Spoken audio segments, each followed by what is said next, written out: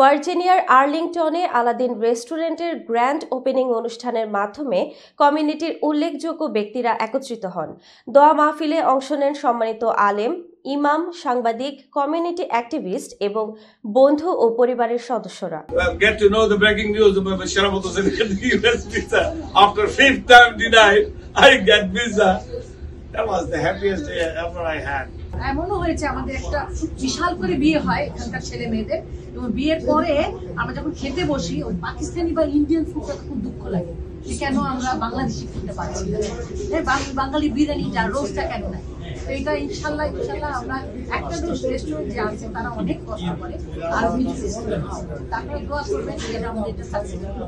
দোয়া শেষে অতিথিদের মিষ্টি ও নৈশভোজ পরিবেশন করা হয়। অনুষ্ঠানটি সরাসরি সম্প্রচার করে মিলেনিয়াম টিভি ইউএসএ।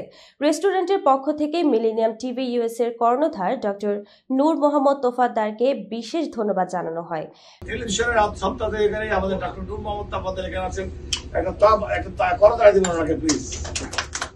সবার জন্য শুভকামনা। এত সুন্দর একটা বাঙালি রেস্টুরেন্ট আমরা এখানে পেয়েছি। আলাদিন মোস্টলি আমি নামটা অনেক পছন্দ করছি। আলাদিন মানে বুঝুন তো, যত বসবেন তত একটা ভালো দৈত্য বের হবে, যে দৈত্য আপনাদের জন্য ভালো পেয়ে so no doubt come and enjoy your food. Thank you so much. Maryland, Washington DC ও ভার্জিনিয়ার প্রতিনিধিত্বকারী জনাব জাহাঙ্গীর হোসেন বাবলু এই অনুষ্ঠানে উপস্থিত ছিলেন। রেস্টুরেন্টের মালিক শরাফত হোসেন বাবু জানান, কমিউনিটির সর্বস্তরের মানুষের উপস্থিতি এই অনুষ্ঠানের সাফল্যকে আরও অর্থবহ করে তুলেছে।